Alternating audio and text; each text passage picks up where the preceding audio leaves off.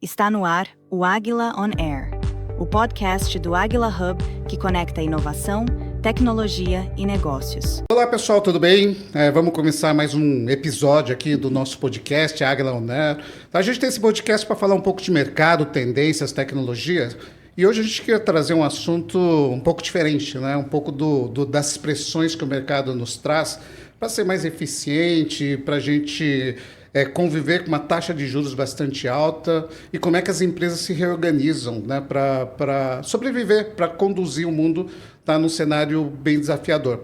E a gente começa a perceber que existem muitos movimentos de fusões e aquisições dentro desse mercado. Então eu queria trazer hoje uma discussão a respeito de fusões e aquisições no mercado de tecnologia, mas no mercado em geral. Tá? E aqui eu convidei 3 pessoas para participar desse nosso bate-papo. Flávio Aracaki, o Calvin Lee e o Antônio Vinhas, tá? Para a gente conversar um pouco sobre o assunto. Eu queria convidar cada um de vocês para se apresentar, começando pelo Flávio. Flávio, você pode falar um pouquinho da tua história? Sim. Bom, primeiro, obrigado, Keiji, pelo convite. Um assunto muito pertinente, principalmente para o momento que estamos vivendo agora. Eu sou sócio e gestor da Black Wheels, que é um fundo de investimento que opera no modelo Business Builder, e entre as iniciativas que nós temos dentro desse portfólio, tem justamente a Garza, que é uma instituição financeira cujo principal produto hoje é a assessoria em fusões e aquisições. Tá? Meu histórico é praticamente todo no mercado financeiro, fazendo gestão de investimentos e operações de mercado de capitais, e na última década dedicando ao portfólio de participações aí da Black Wheels. Bacana. Vinhas, fala um pouquinho de você. Bom, em primeiro lugar, também quero agradecer pelo convite. É um prazer enorme estar aqui com vocês. E aí, 40 e poucos anos de mercado financeiro, né, sendo gestor de TI em 7 casas internacionais, e hoje faço parte também aqui, sou investidor dentro da Black Wheels e faço parte da Águila, né, como partner, co-founder, junto com o Keiji. E estou aqui aprendendo muito nesse mercado, que para mim é algo surpreendente. Cada dia é uma novidade. Eu não sabia que eu conhecia tanta gente que está me procurando. E a gente está aqui, né, apoiando sempre aqui a área de M&A dentro da Garza, né, e trazendo oportunidades. Isso é engraçado, né, Vinhas? Porque a gente está tanto tempo no mercado e a gente acha que aprendeu tanto, mas todo dia a gente aprende mais coisas, Olha, né? Inclusive com esse nosso amigo aqui que está com a gente, o Calvin. Calvin, se apresenta, fala um pouco da tua história. Muito obrigado pelo convite, Keiji. Prazer ficar aqui com todos vocês. Eu hoje toco a área de M&A dentro da Garza, né? Então o Flávio bem explicou, né? É o braço de inteligência financeira dentro do grupo Black Wheels. E hoje estruturando, né, todo o processo, toda a área interna, mas principalmente, né, acompanhando e ajudando ali empreendedores do setor de tecnologia, mas também, né, de uma forma agnóstica a diversos outros setores também. E aí antes da Garza, né, fui associado a uma outra boutique, sempre toda a minha carreira, apesar de ser curta, né, sempre em M&A.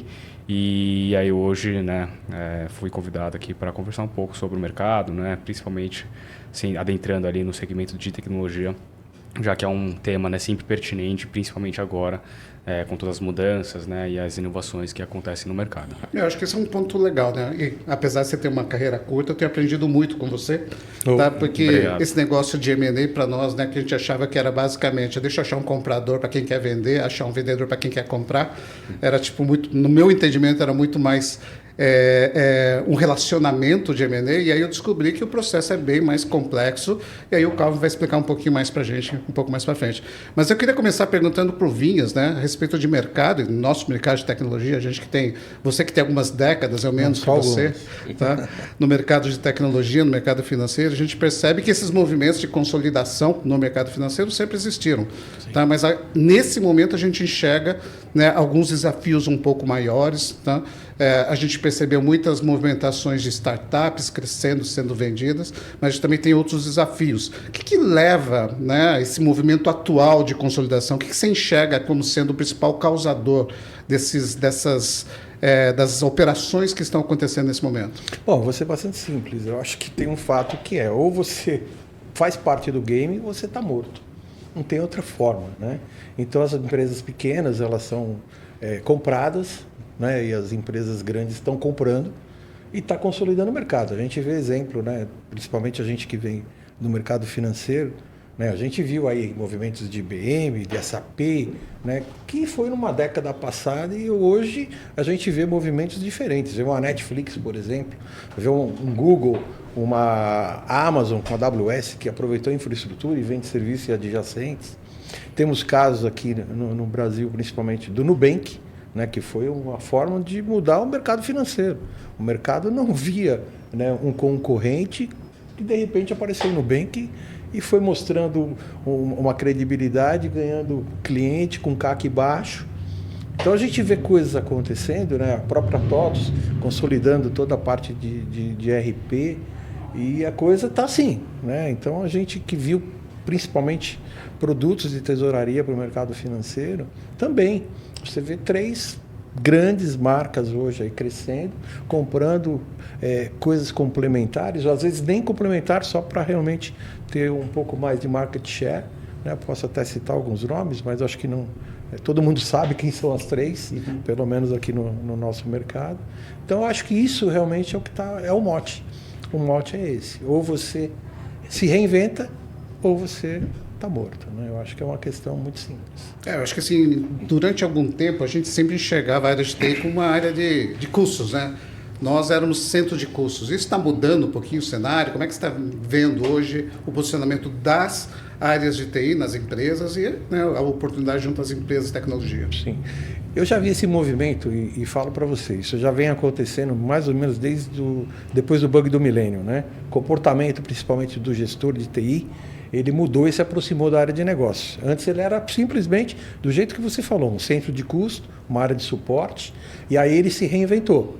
O CIO teve que se aproximar mais, entender o negócio, né, entender um pouco mais o produto financeiro e oferecer uma solução competitiva e acelerar muito a estratégia de negócio. Então, realmente isso já vem, para ser exato, depois do bug do milênio aconteceu. Saiu um pouco daquele papel convencional, onde você estava aí trabalhando com as Big Fives de TI, né, e você teve que pensar numa coisa que chamava inovação. Mas inovação por inovação não é nada, né, se não estiver alinhado com o negócio. E na tua opinião, assim, com relação a isso especificamente, né? Como é que a gente consegue identificar uma empresa que é basicamente uma inovadora e vira alvo, tá, de eventuais compradores de uma empresa que eventualmente vai continuar sobrevivendo? Você tem uma visão a respeito disso? Olha, o que eu penso é assim, né? Sempre fui muito orientado à arquitetura, né? Então a gente vê as grandes companhias que vêm comprando, né, algo que possa ser plugável dentro da estrutura deles, mas o que realmente faz acelerar tudo isso as empresas grandes, elas são gigantes, então toda transformação leva muito tempo. Então, quando você tem algo que oferece uma solução rápida, pronta para o mercado, aí realmente isso vale a pena ser olhado e aí entra todo esse modelo de aquisição. Então, como componentes pequenos que demoraria muito tempo para você fazer essa transformação numa arquitetura que é robusta, gigante, né? A gente tem casas aqui que ainda trabalham com plataforma baixa, então é um negócio medonho, né? Então, nada está certo, nada está errado, mas como é que você faz, né, para convergir tudo isso? Usando essas startups que vieram, algumas vieram com as soluções que realmente são inovadoras, que aceleraram, né? A gente vê coisas que realmente facilitaram muito a vida. A gente tinha programação de cálculo de dígito de CPF, CNPJ, né? Hoje você já tem tudo isso em formas plugáveis, leitura ótica, identidade visual, uma série de coisas que trouxeram inovação até para você trazer mais cliente, né? Ô Vinhas, legal. Você falou um pouco sobre plataforma baixa, né, que tem empresas que ainda estão atuando com plataforma baixa. O que você chama de plataforma baixa? Só para eu entender melhor. Vamos dar um exemplo prático, né? A gente tem principalmente conta corrente e fundo de garantia ainda estão em COBOL. Né? E esses coboleiros estão jogando dominó na praia, né? E quando você acha ainda. Então você tem uma escassez muito grande de gente que vai poder ajudar para fazer essa migração e transformar por uma plataforma moderna. Então isso é um fato. Os bancos ainda estão dependentes de uma plataforma desenvolvida em décadas passadas. Tá. Ok, isso é uma arquitetura legada em cima de tecnologia super ultrapassada. Exatamente. Tá? E a gente fica à mercê de alguns poucos especialistas que estão se extinguindo, né? Exatamente isso. Tá bom, bacana. Flavião, tá? Sobre especificamente, né, em M&A, etc., tá? O que chama a atenção de um potencial investidor em cima de algum potencial vendedor? Qual é o tipo de empresa, qual a situação das empresas que podem atrair um potencial comprador? Essa é uma boa pergunta, Keish. Como a gente fala no jargão do mercado, tem diversos tipos de bolso, né? Investidor financeiro, tem o estratégico, tem o institucional, mas de uma forma geral, principalmente falando no mercado de tecnologia, é a parte qualitativa, é o diferencial do produto, a inovação. Tem que ser uma ideia, né, que se mostre consistente e que está hoje na fronteira da tecnologia. Acho que, independente de quem for o bolso, tem que enxergar como uma tecnologia de vanguarda mesmo na fronteira. E outras questões um pouco mais secundárias, mas também que valem para todos os tipos de investidores, além da qualidade do produto, do business, é a empresa, né? A base do negócio, a consistência do negócio é muito importante também. As pessoas que estão envolvidas no time também acaba sendo um diferencial importante. E aí nós vamos para outros quesitos dependendo, né? Se o estratégico, geralmente o estratégico quer ver uma complementariedade de portfólio, né? O investidor financeiro quer ver o break-even, quer ver o retorno financeiro, quer ver o share, enfim, aí tem várias características, mas hoje, para resumir, no segmento de tecnologia, acho que a ponta de inovação é muito importante. A questão de governança das empresas é uma coisa que é muito relevante na discussão a respeito de M&A? Está se tornando cada vez mais relevante, né? Se a gente der um passo atrás e pensar só um corte menor dos últimos 10 anos, os primeiros 5 anos a gente estava num mundo de muita liquidez, era muito dinheiro, mundo afora a taxa de juros estruturalmente baixa, logo muito capital com vontade de investir, menor seletividade. 5 anos para cá mudou radicalmente o cenário, né? A taxa de juros maior, investidor bem mais seletivo e bem mais criterioso. Quando ele fica mais criterioso, além de ter uma boa ideia, uma tecnologia, ele comparando as opções de aquisição, ele vai olhar também o ativo que está mais estruturado, porque vai economizar tempo de diligência, né, menos preocupações com eventuais contingências no futuro e algo mais transparente, né? Então, está cada vez mais importante e, evidentemente, né, sendo um bom negócio, um bom produto, não vai inviabilizar, mas pode machucar no preço, no desconto e no processo como um todo, né, num prazo. Então, acho que a governança, boa estrutura, sim, sem dúvida, está se tornando bem relevante. Excelente.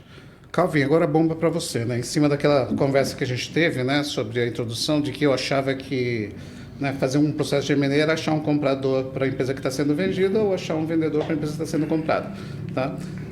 Para a empresa que quer comprar, tá? E aí eu fui descobrindo que é muito mais do que isso, tá? Eu queria que você contasse para mim um pouco mais como é que é um processo de M&A, tá? E se puder, inclusive, né, colocar quais são os riscos, vai, dentro de um processo mal estruturado. Fala um pouquinho para a gente. Boa, não, legal. Esse é um ponto importante, até porque existem vários empreendedores, até mesmo, né, players que estão ingressados no mercado financeiro que ainda vira uma zona cinzenta, né, uma nebulosa quando a gente fala de M&A. M&A, né, na tradução da sigla, é Mergers and Acquisitions, ou seja, fusões e aquisições. E aí, fusão e aquisição, não necessariamente você precisa, né, ter um assessor, não é obrigatório, né, não é uma lei você ter um assessor.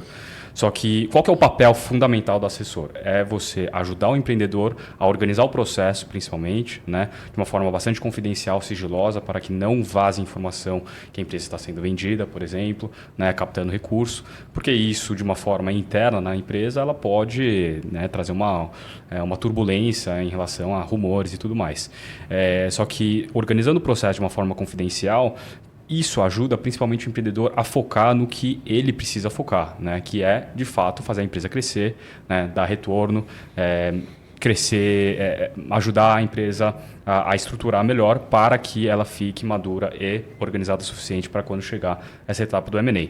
Então, o papel do assessor, ele precisa ser, obviamente, bastante engajado e dinâmico à relação ao mercado, porque ele precisa conhecer o que a empresa ela tem, né, de vantagem. Então, aproveitando o gancho que o Flávio, até o mesmo Vinhas comentou, né, a solução da tecnologia hoje ela vai muito além de uma área de suporte. Né? Ela tem que resolver uma dor do comprador. Né? O comprador, ou ele pode ter uma tese de horizontal, né, ampliação de portfólio, ou vertical mesmo também, né, você conseguindo ali de forma otimizada a sua cadeia, mas ela precisa principalmente ter uma vantagem competitiva. Né? Um ponto que o Flávio comentou, o mercado hoje está mais criterioso e seletivo, justamente porque a competição ela aumentou também. Né?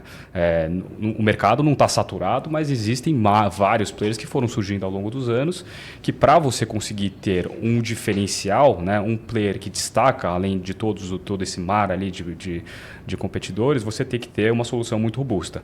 Então, você primeiro precisa entender, né, o que o seu cliente ele tem de valor, e você tem que entender como que você vai discursar isso para o mercado, encontrar o player certo. Né? Só que muita gente que chama, né, de assessor de M&A, que aí volta um pouco dessa comparação de alguém que de fato sabe executar e outras pessoas que sabem fazer pelo menos a conexão, está nessa parte mais transacional e estratégica, que é a questão técnica e financeira. Né? Porque você pode encontrar um comprador, você pode conhecer, abrir essa porta para a conversa, mas eventualmente o processo, no final do dia você está comprando uma empresa. Né? A empresa, existem várias estratégias, mas no final do dia, se a empresa tiver, né, teoricamente passivos ou pontos negativos financeiramente falando, né, ou se o retorno do investimento não vier para você em relação a monetariamente falando, financeiramente falando ou estrategicamente falando, não vale a pena você comprar a empresa ou investir nessa empresa. Então você tem que fazer toda essa análise. Só que o assessor que não tem essa técnica fundamentada, ela acaba pecando, inclusive onerando bastante o processo, né? Seja lá, né, prolongando o tempo do processo, porque ele precisa correr atrás dessa informação, tem que estudar, tem que saber contratar serviços terceiros para fazer essa análise para ele, ou até mesmo fazendo a análise errada, que é pior ainda, e na hora da diligência ver que não foi, né, a empresa não representa o que de fato ela falou no mercado. Então, o papel do assessor é justamente isso, você conseguir organizar de uma forma bastante técnica e fundamentada, ao longo do processo, né, e também com o track record que vem acumulando, você entender exatamente o que a tese que o seu cliente tem representa para os compradores estratégicos do financeiro, saber também identificar isso, né, ajudar na estruturação da transação, né, e aí organizando e mantendo essa cadência, porque no momento que você perde velocidade, o timing no mercado é tudo. Né?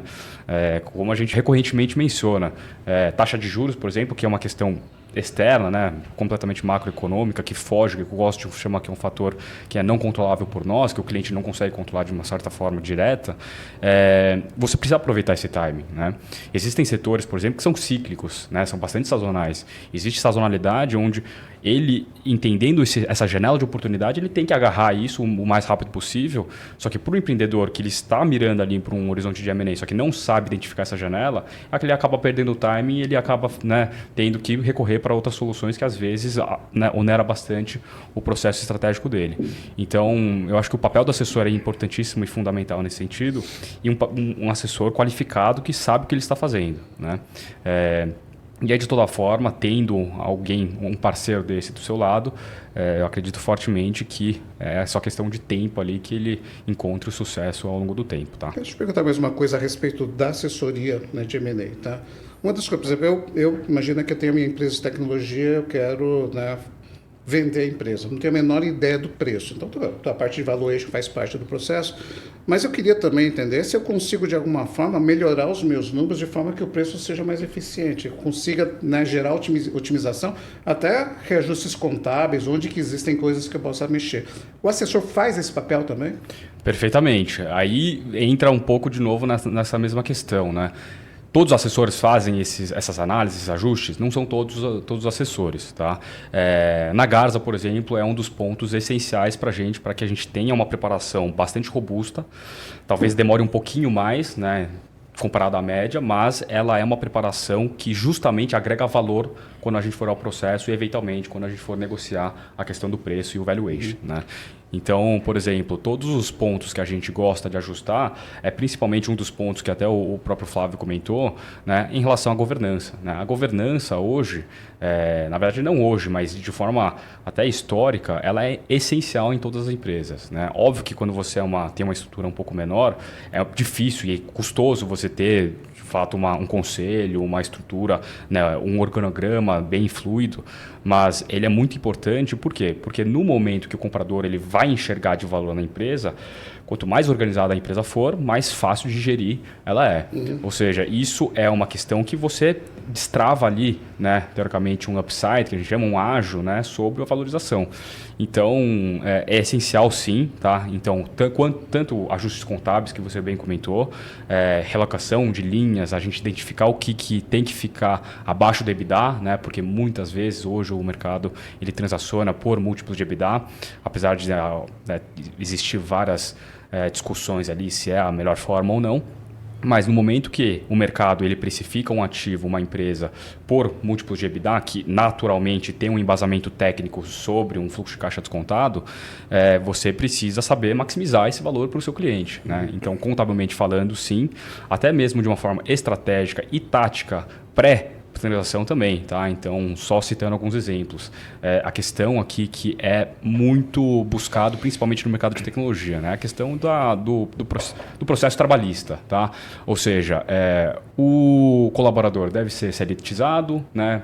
Tudo bem CPJ.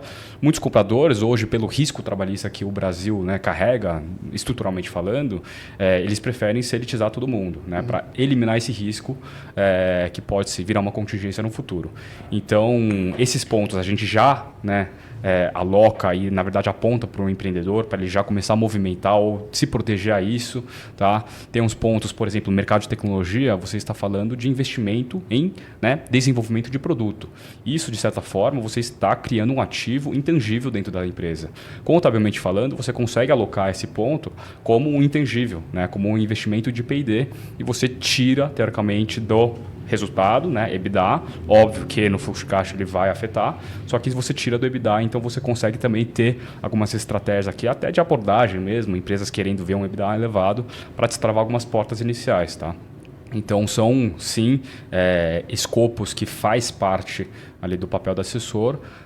Agora, né, respondendo sua pergunta objetivamente, com certeza não são todos os assessores que fazem isso, tá? Então, volto a dizer que é importante ter um assessor que se especialize em todo o processo e também identifique todas essas questões estratégicas para, de fato, maximizar o valor, né, para o empreendedor no final do dia. Bacana. Deixa eu perguntar para o Flávio e para o Calvin, tá? Que a gente fala muito, né, de M&A, eventualmente uma forma de captar uma empresa através de equity, mas a Garza também faz uma assessoria para avaliar qual o melhor modelo vai para financiar uma empresa, se é dívida ou se é equity. Queria que vocês falassem um pouquinho. Sim. Eu vou até complementar um pouco o que o Calvin falou, da importância do assessor. Tem um componente que ele é mais subjetivo, mas a gente percebe que ele tem um grande impacto nas transações e em grande parte das transações. Geralmente, é quase uma regra, o empreendedor acha que a empresa dele vale mais do que estão oferecendo.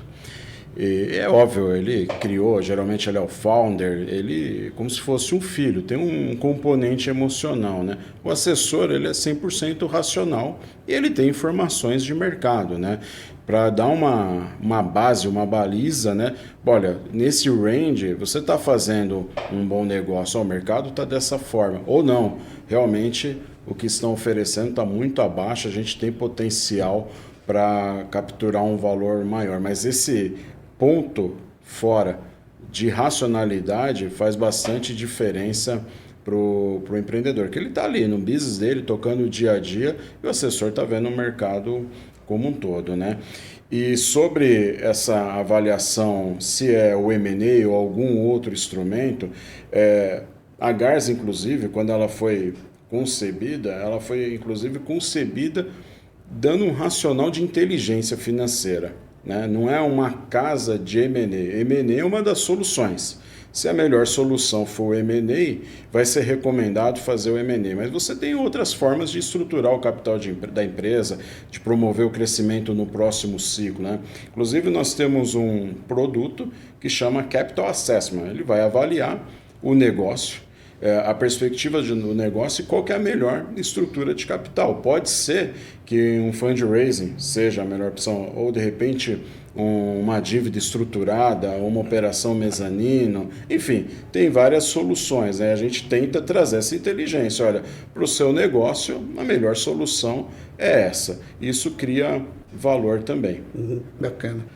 Antes de passar para o Vinhas, mais uma pergunta que, né, eu sei que de tempos em tempos você faz um sounding de mercado para entender, né, tendências, né, e como é que você faz esse processo de entender o que um investidor procura? Boa, legal. Não, eu vou, né, utilizar até mesmo a sua palavra, o que o investidor procura, né, que é o essencial no final do dia.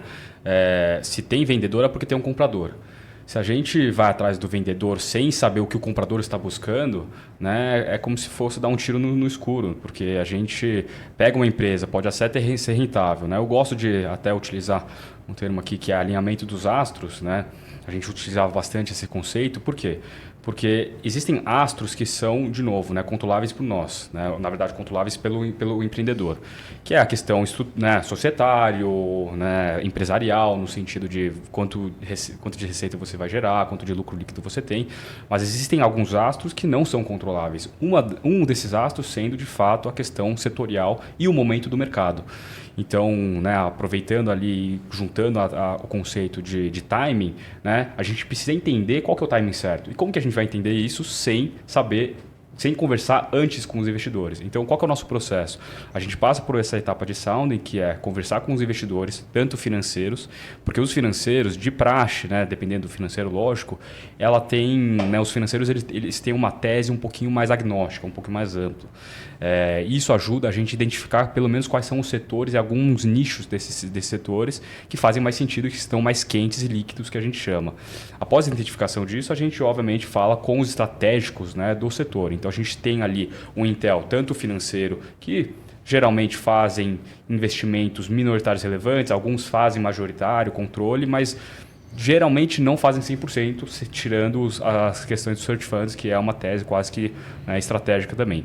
Então a gente tem uma tese aqui, né, um Intel que consegue já identificar alguns players, né, os prospects que a gente chama, que encaixa exatamente no que eles estão buscando, mas também conversando com os estratégicos, eles conseguem passar um Intel para a gente muito mais nichado e granular, né? Então, olha, tal região de tal faturamento com tantos colaboradores atuando em tal mercado, né? Então a gente consegue exatamente identificar como se fosse um sniper, né, o alvo perfeito para esses compradores. Então quando a gente chega para conversar com os empreendedores, a gente sabe exatamente, né, como que eles vão, né, o que o comprador vai enxergar nesses players. E a conversa fica muito mais simples e, na verdade, eficiente, né? Porque no momento que a gente consegue pegar um mandato desse e ajudar esse empreendedor a executar o sonho dele de vender a empresa ou captar, a gente já sabe o investidor que está buscando esse ativo, né? Todos os aspectos financeiros e estratégicos já mapeados na etapa de preparação.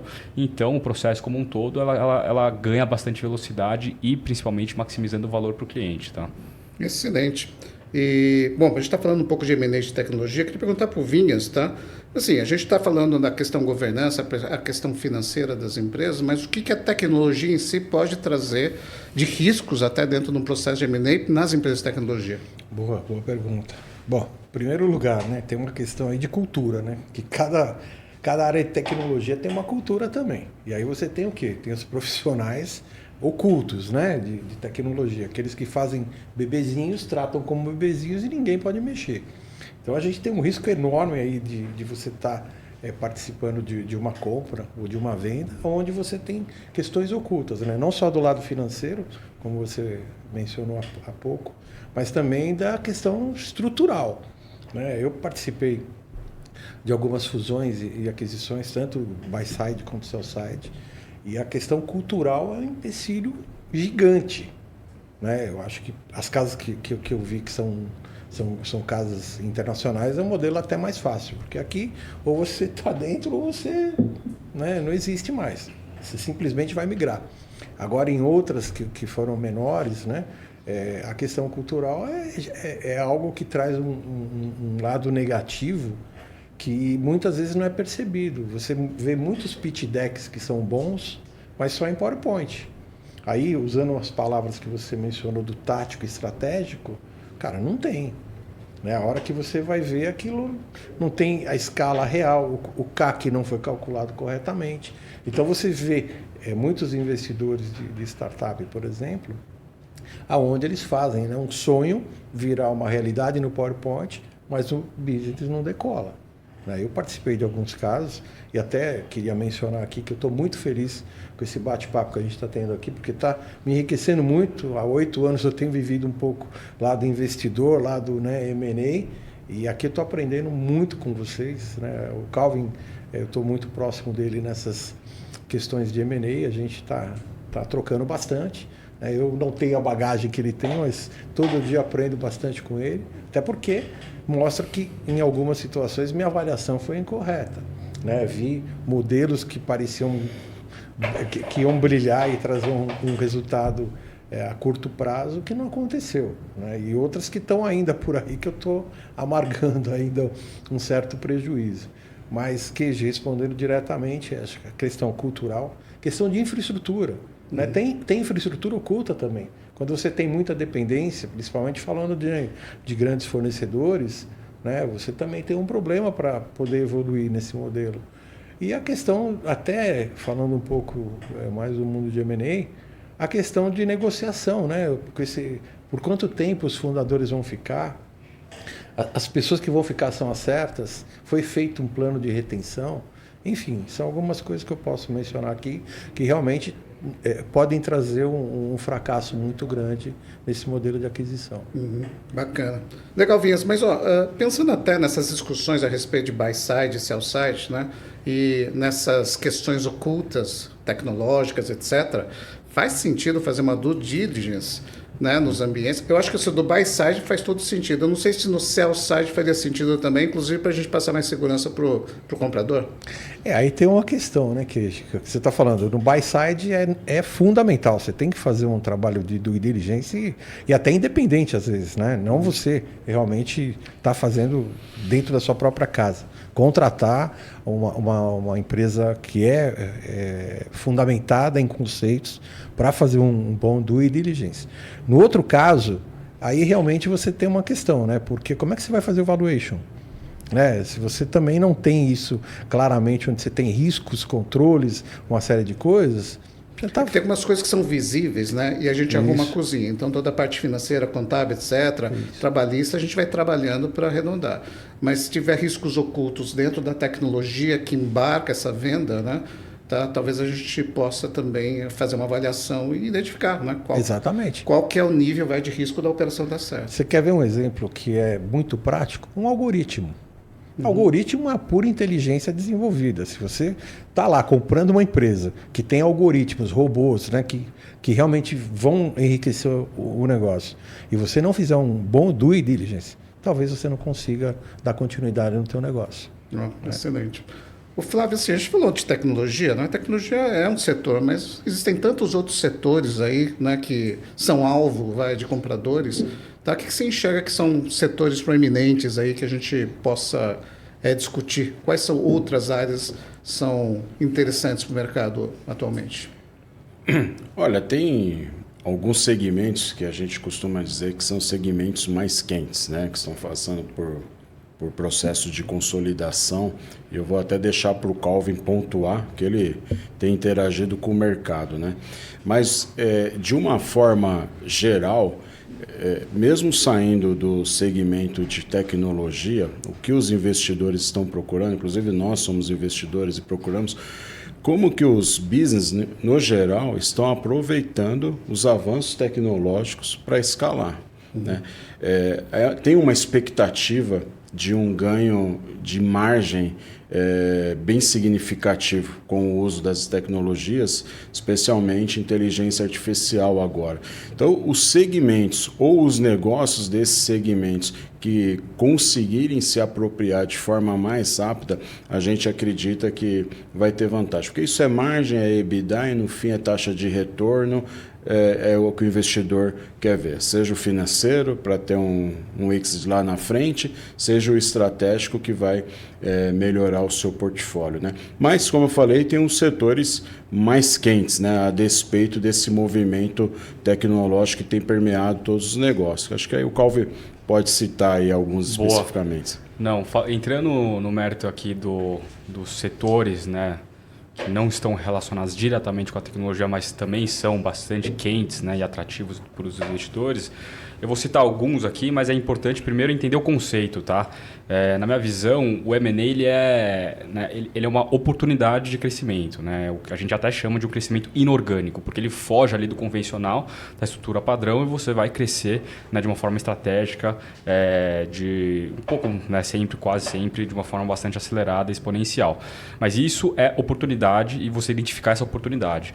Então, existem setores aqui que às vezes o investidor, pela oportunidade de mercado, né, entende que os ativos estão teoricamente descontados, ele está com caixa, né, conseguiu captar ali, né, principalmente os fundos, captar um capital barato quando as taxas de juros estavam baixas, e ele precisa alocar isso e, na verdade, desembolsar isso para conseguir montar o portfólio dele, né? Então, eu vou alguns exemplos. Na educação, né, a educação sempre é um setor que a gente é teoricamente bastante resiliente, porque no final do dia todo mundo, né, precisa ir para escolas. A demografia, falando um pouco da demografia brasileira, apesar da pirâmide etária estar cada vez mais invertida, sempre tem, né, uma tendência ali de ter filhos, e a educação, na verdade, no Brasil, falando de uma forma mais política que geográfica, é bastante precária. Então, o investimento na educação privada, até mesmo no público, ele tem bastante espaço, né? Então, a educação acaba sendo um setor bastante interessante. Saúde também, pós-pandemia, né? A pandemia teve um boom ali no mercado de saúde, restringiu bastante, mas ainda segue assim junto com a implementação do IA nos processos. O Health Tech, por exemplo, sendo um dos segmentos bastante interessantes, tá? Agronegócio, a gente tem identificado bastante oportunidade. Né, de novo, agronegócio muito parecido com a questão da saúde, né, mas também colocando a questão da oportunidade. Agronegócio passou por uma dificuldade imensa em 2023, né, com a guerra da Ucrânia, todos os insumos encarecendo, né, o dólar subindo. Então, você bastante commodity puro, então você fica muito refém ali à volatilidade do mercado. Mas são exatamente essas janelas que as oportunidades surgem, né? Então, agronegócio, por exemplo, nutrição animal tem sido alguma coisa bastante recorrente nos Intels dos Soundings, tá? Próprio telecom, né? Então, existem setores ali, economia real pura mesmo, que o pessoal não enxerga, de repente, não entende que ele está inserido num setor atrativo, mas com as conversas com os estratégicos e os financeiros, a gente vai identificando essas oportunidades, né? Então, é justamente isso, a gente conseguir encaixar ali o que o Flávio falou, de entender exatamente como que a tendência do mercado, na inovação junto com o IA, ela vai desenvolver um novo espaço, uma nova competição, e você se preparar a isso, né? Então, a gente identificar essas duas pontas, com todo o nosso know-how técnico também, né? Deixar isso bem amarrado para que tenha sucesso caso haja uma potencial oportunidade de fusão e aquisição. Hoje a taxa de juros atrapalha um pouco, né? Tá? Você consegue nos dar um parecer? Como é que está o mercado de M&A atualmente? O mercado ele vem até se recuperando, né? Ele veio de uma movimentação muito grande no pré e logo pós-pandemia, porque a taxa de juros, em alguns lugares, a taxa real estava negativa. Uhum. Então, teve um excesso de liquidez nunca visto e o mercado de M&A surfou essa onda, né? Depois veio a ressaca disso, até porque alguns negócios não prosperaram e também porque aí a taxa de juros, a gente foi para o outro extremo, taxa de juros alta no mundo inteiro e deu uma esfriada. De um ano para cá, um ano e meio, vem recuperando, até porque o mercado sempre trabalha com expectativa futura, né? Então, a inflação no globo já mais controlada, a expectativa de taxa começar a reduzir, o apetite a risco ele vai voltando, né?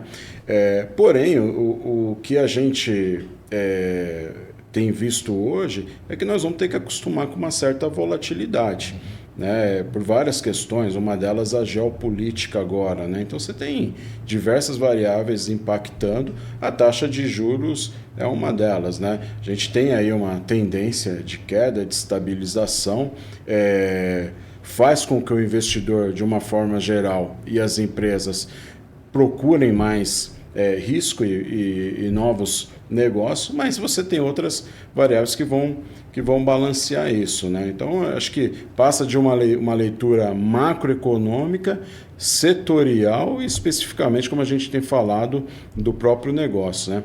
Tem negócio que ele está tão bem estruturado, ele tem tantos predicados, que ele pode ser exitoso mesmo num contexto ruim, né?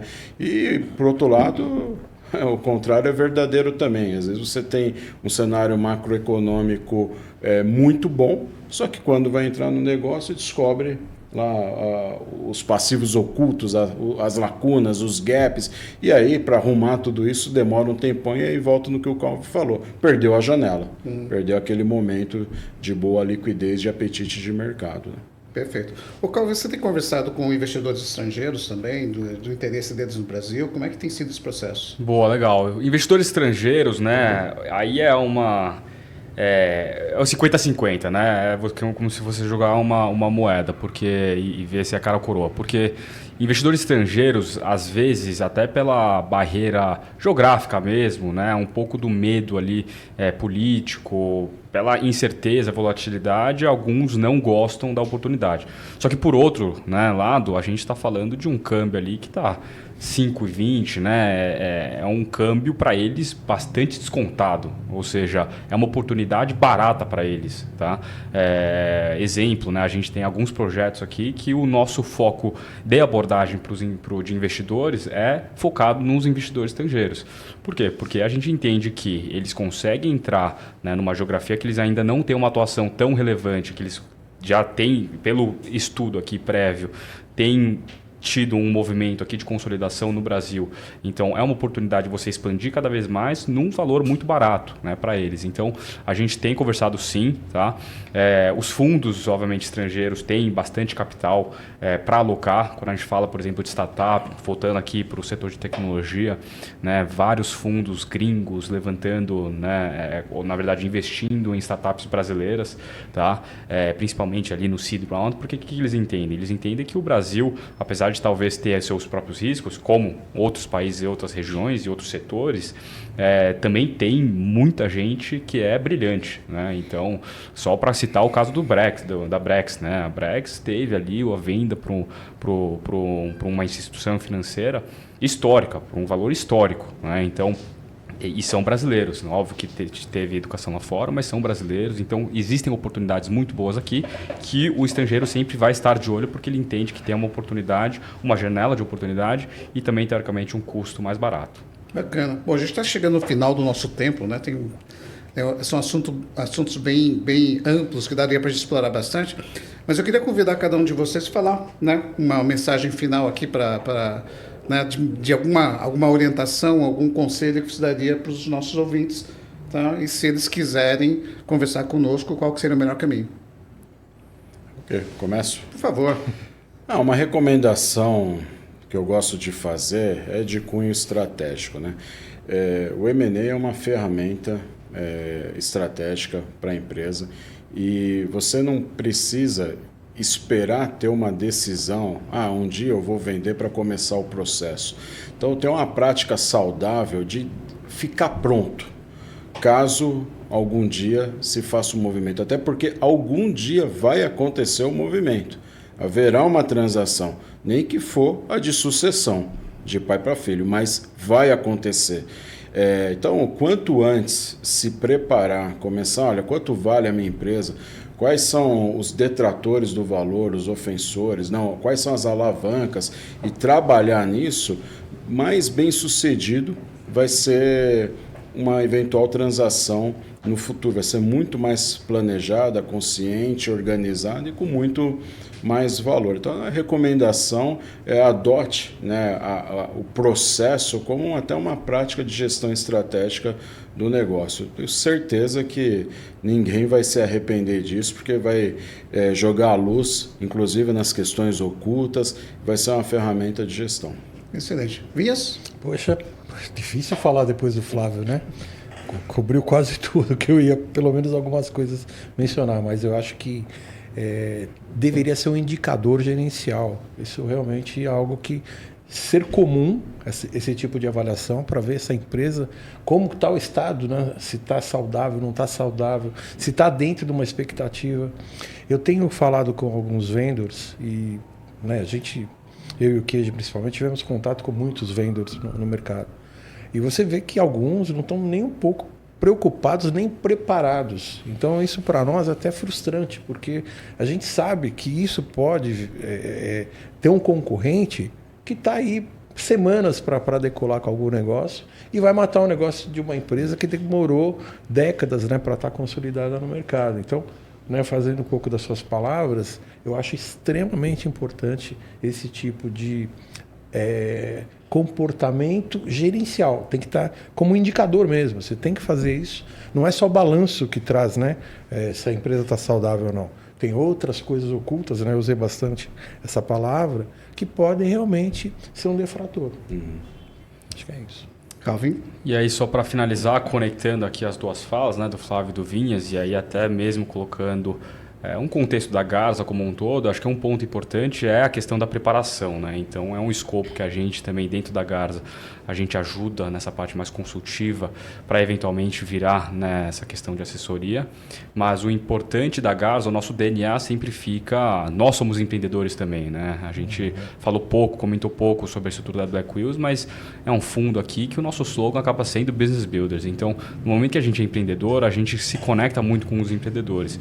Então, nosso objetivo aqui, ela nunca é transacional, né? A gente acompanha desde a incubação, se for necessário, até todo o ciclo empresarial e acompanhando, obviamente, na questão até um pouco da pessoa física do empreendedor.